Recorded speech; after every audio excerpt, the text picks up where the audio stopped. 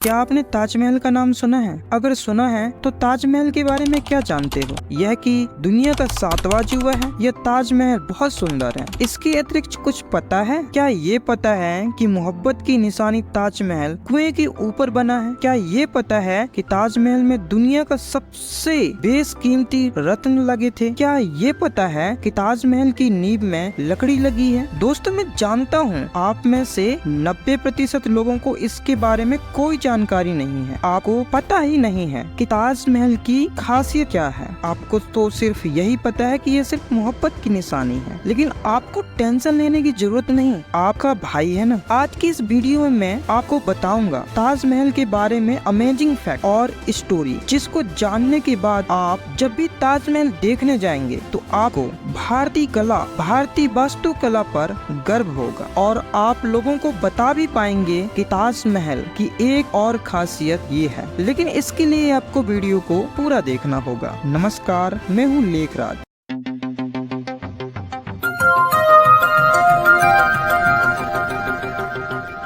दोस्तों, ताजमहल दुनिया का सबसे खूबसूरत इमारत होने के साथ साथ अनेक रहस्यों से भरा है। यह जितना सुंदर दिखता है उससे कहीं ज्यादा जटिल इसका फाउंडेशन है। जिस बंदे ने इसका डिजाइन तैयार किया था ना, उसी बंदे ने ही लाल किला का भी डिजाइन तैयार किया था। इस बंदे का नाम था उस्ताद अहमद लाहौरी, जो मुगलों का चीफ आर्किटेक्चर था। भाई मानना पड़ेगा यार इस बंदे को, जिसने नदी के किनारे इतना बड़ा और विशाल सुंदर इमारत बना दिया, जहाँ आज इतनी उन्नत तकनीक के बाद भी नदी के किनारे छोटा सा भी घर बनाने के लिए इंजीनियरों का दिमाग की दही हो जाती है। इसने दुनिया का 7वां अजूबा बना दिया। दोस्तों, अब जान लेते हैं ताजमहल की संरचना के बारे में। आपको ये तो पता होगा कि ताजमहल सफेद रंग की इमारत है, लेकिन आपको क्या ये पता है कि 400 साल पुरानी इमारत आज भी सफेद चमक के साथ चमक रही है, जबकि हमारे घर की टाइल्स, मार्बल कुछ ही सालों में फीका पड़ जाते हैं। लेकिन ताजमहल के साथ ऐसा नहीं है। वो कल भी चमकदार थी और आज भी चमकदार है और आगे भी रहेगी। पर ऐसा कैसे? क्योंकि इसमें जिस बेशकीमती पत्थरों का प्रयोग किया गया है, उनकी चमक कभी कम नहीं होती है। जी हाँ दोस्तों, ताजमहल में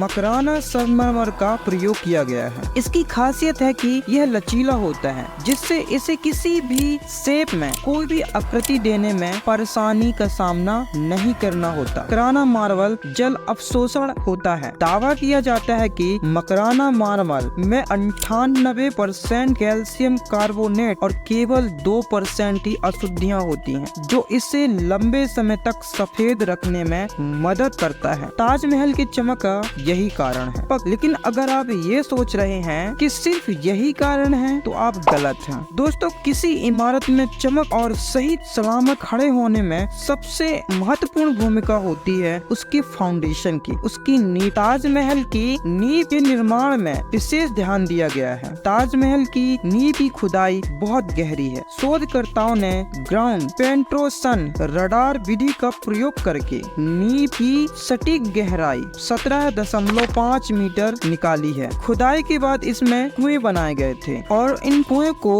अबनूस की लकड़ी, पत्थर और चूने की मजबूत चिनाई का प्रयोग कर भरा गया था। के अलावा कुएं के शीर्ष पर एक संरचनात्मक प्रणाली बनाई गई थी। इस प्रणाली में खम्भे और मेहराब शामिल हैं। मेहराब को स्तंभों से जोड़ा गया था ताकि अधिसंरचना भार को कुएं की नींव पर समान रूप से बांटा जा सके। इसके अलावा संरचनात्मक प्रणाली के शीर्ष पर एक बड़ा बलुआ पत्थर का आधार बनाया गया था। अब एक जिज्ञासु और समझदार दिमाग तुरंत यह सवाल उठाएगा कि जब लकड़ी की मूल प्रवृत्ति अधिकतम नमी में फूलना होता है तो ये कैसे संभव है? हाँ, यह बिल्कुल सच है, लेकिन दोस्तों यह पूरा सच नहीं है। विशेषज्ञों के अनुसार लकड़ी के फाइबर आयामी रूप से स्थिर रहते हैं। जब नमी की मात्रा फाइबर स्त्रवित बिंदु से ऊपर यानी कि 30% से ऊपर होती है। ASI द्वारा किए गए सर्वेक्षणों और अध्ययनों के अनुसार यह माना जाता है कि नींव के निर्माण में अबनूस की लकड़ी का उपयोग किया गया था। यदि हम हिंदू तत्व विज्ञान के बारे में बात करें तो अबनूस एकमात्र ऐसी लकड़ी है जिसका सभी 5 तत्वों वायु, जल, पृथ्वी, अग्नि और आकाश के साथ तात्विक संबंध माना जाता है। अबनूस की लकड़ी का घनत्व भी बहुत ज्यादा होता है। नीति लकड़ी वाला हिस्सा यमुना नदी के काफी नीचे है। यही कारण है कि इसमें इस्तेमाल की गई लकड़ी में अभी भी विशाल ताजमहल का वजन उठाने की ताकत है और यह पूरी तरह भूकंप रोधी है। दोस्तों, ताजमहल लगभग 60 बीघा में फैला हुआ है। गार्डन से इसकी ऊंचाई 74.4 मीटर है, जो कि कुतुब मीनार से भी अधिक ऊंचा है। ताजमहल के गुम्बद का वजन 12,000 टन है। गुम्बद का भीतरी व्यास 17.6 मीटर और मोटाई 4.3 मीटर है। ताजमहल के चारों कोनों में 4 मीनार हैं, जो बाहर की ओर झुकी हुई हैं। ऐसा इसलिए ताकि अगर कभी मीनार गिरे तो ताजमहल में कुछ भी नुकसान न हो। इसके अतिरिक्त ताजमहल में जो कलश लगाया गया है वो कभी सोने का हुआ करता था। ब्रिटिश इसे निकालकर तांबे का लगा दिए हैं। शाहजहां ताजमहल को सजाने के लिए दुनिया भर से